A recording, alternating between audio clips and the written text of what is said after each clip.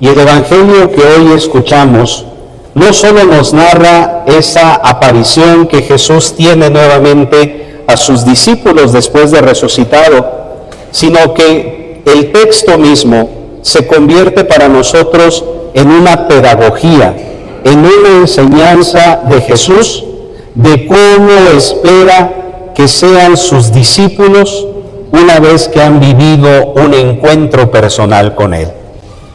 Creo que la imagen del pasaje que hoy escuchamos tiene muchos elementos de los cuales nosotros podemos sacar una bellísima enseñanza de aplicación personal y también comunitaria. Digo esto porque en la vida, en algún momento, quizá después de haber hecho muchos esfuerzos, después de haber apostado a favor de muchas cosas buenas, nos llegó en algún momento a invadir el hastío, la desesperanza, la frustración, y es ahí a donde uno se pregunta en más de una ocasión: ¿esto que hago vale la pena? ¿Este esfuerzo que realizo verdaderamente vale la pena? Llega un momento en que experimentamos hastío, frustración y un deseo de dejar finalmente todo. Cuando uno pone atención a las pequeñas frases que aparecen en el Evangelio, pueden en un determinado momento quizá pasar desapercibidas, pero cuando uno se detiene a reflexionar en ellas, podemos a través de las mismas intuir muchas cosas que nos ayudan a nosotros. Hoy los discípulos, o al menos algunos de los discípulos, se encuentran cerca del lago. Y Pedro, que era, antes de ser discípulo de Cristo, era un pescador, ¿qué es lo que dice? Vamos a pescar. Quizá movido todavía por la situación de dolor que puede haber en su corazón por haber negado al Maestro, por haberlo abandonado, quizá por un momento de frustración personal, que él, a través de esa expresión, está manifestando el volver a lo que se era antes. Quizá después de 3 años de haber acompañado a Cristo, de aún no entender claramente lo que Cristo les había dicho, los milagros que Él había realizado, y aún quizás sin entender el mismo misterio de la resurrección, quizá Pedro, apesadumbrado, triste, decepcionado, quiere volver a ser lo que era antes.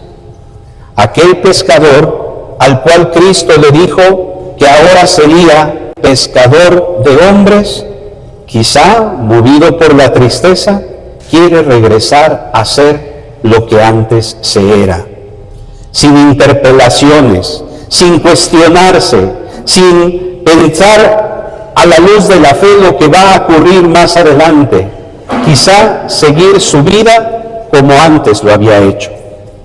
Y eso en la vida a veces también a nosotros nos pasa, en el apostolado, en la vida familiar, en los proyectos que a lo mejor nosotros tenemos. Muchas veces nos hemos preguntado quizá lo mismo: ¿no valdrá la pena regresar lo que se era antes? Tanto trabajo, tanto el querer realizar las cosas, que viene cierto fastidio y se quiere volver al inicio. Cristo, consciente de la debilidad humana, no cuestiona, simplemente Él observa y está esperando el momento preciso para despertar en sus discípulos nuevamente el deseo de seguirlo. Después de haber tratado, dice, de pescar toda la noche sin encontrar nada, de madrugada Jesús se les aparece. ¿Y qué es lo que les pregunta? ¿Han pescado algo? La respuesta general es no. Ellos, atendiendo a esa sugerencia o a esa orden que le da ese hombre que ellos aún no alcanzan a reconocer quién es, tiran las redes hacia la derecha de la barca y logran nuevamente una pesca milagrosa. ¿Recuerdan cuándo fue la primera pesca milagrosa de Cristo? justo cuando iba a llamar a sus primeros discípulos. Una pesca en la cual Él les dijo justamente a Pedro y a sus compañeros: de ahora en adelante ustedes serán pescadores de hombres. Y hoy nuevamente una imagen que despertó en ellos lo que había pasado antes. Y por eso el discípulo amado dice: es el Señor. Y al descubrir que es el Señor, Pedro, el apesadumbrado, el triste, se llena de entusiasmo, se lanza al mar, se va hacia la orilla y de esa manera, ese miedo, esa pesadez que había al principio, recupera su ánimo, recupera su fuerza. ¿Y cómo la recupera? Cuando los discípulos fueron capaces de reconocer la presencia de Jesús. Una presencia de Jesús que se hizo muy tenue, que se hizo de un modo muy pacífico. Y esa es la manera en la cual Cristo toca una y otra vez a nuestra vida. Muchas veces nosotros estamos esperando de Cristo una manifestación extraordinaria, que llegue realizando los prodigios que se nos dicen de Él. Y a veces Cristo está así, como está en el pasaje del día de hoy, a la orilla, hablándonos, esperando simplemente que nosotros lo reconozcamos. Y es así como los discípulos intuyen de un modo pleno que es el Señor. De tal manera que cuando están almorzando con ellos, ninguno se atrevió a preguntarle: ¿quién eres? ¿Por qué? Porque todos sabían que era el Señor. Y así es cuando Cristo toca nuestra vida.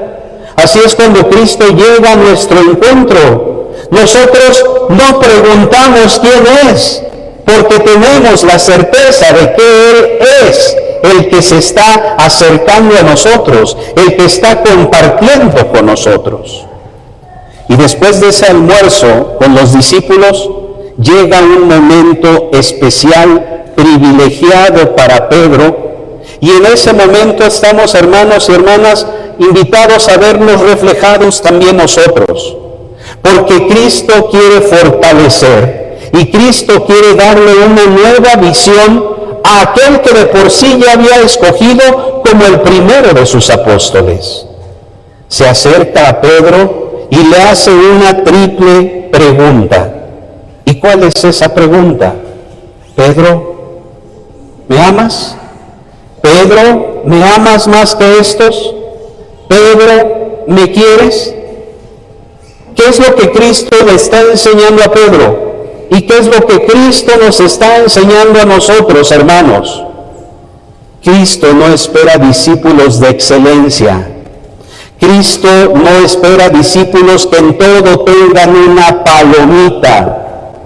Cristo lo que nos está diciendo es que lo único esencial para ser verdadero discípulo suyo es que sepamos amarlo. Cristo es consciente de la debilidad de Pedro. Cristo es consciente de las fallas de los demás discípulos y no les está preguntando si cumplen con estas cualidades y si llenan estos requisitos. Simplemente les está preguntando lo que él de por sí no necesita saber porque lo sabe, sino que Pedro descubra que lo único necesario para ser un verdadero discípulo de Cristo es que lo ame.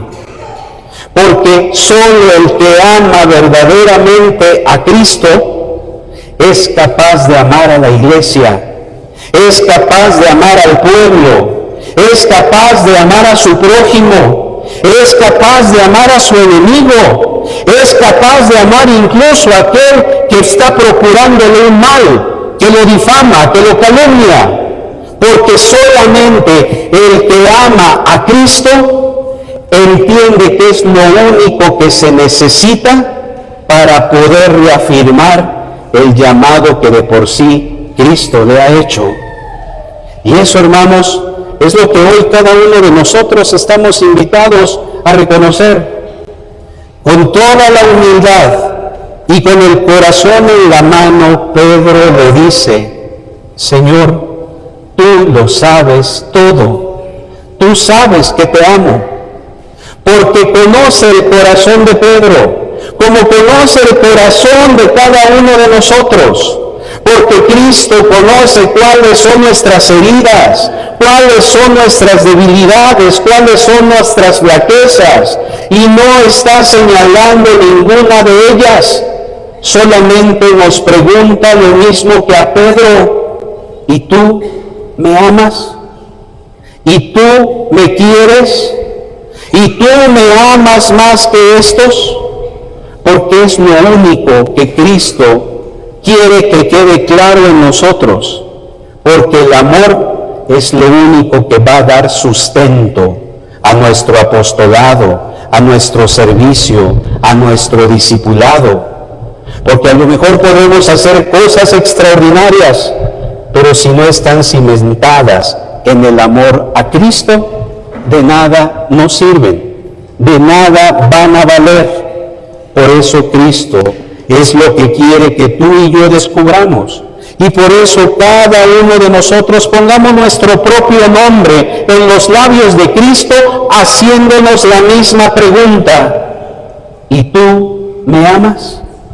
¿Y tú me quieres? Porque solo en la respuesta que salga del corazón podremos nosotros darle una nueva dimensión a aquello que de por sí, desde el principio, Cristo ha encomendado, como se lo ha encomendado a Pedro. ¿Cómo concluye el pasaje del día de hoy?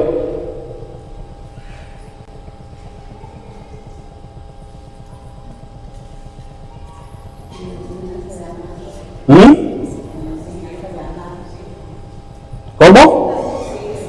Sígueme. Cristo le ratifica su misión a Pedro. Cristo fortalece a Pedro en el amor. Es decir, descubres que lo único que necesitas para seguir siendo fiel discípulo mío es que me ames.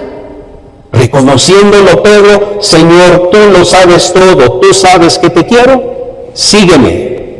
Porque le da al discipulado y a la misión de Cristo una dimensión completamente nueva.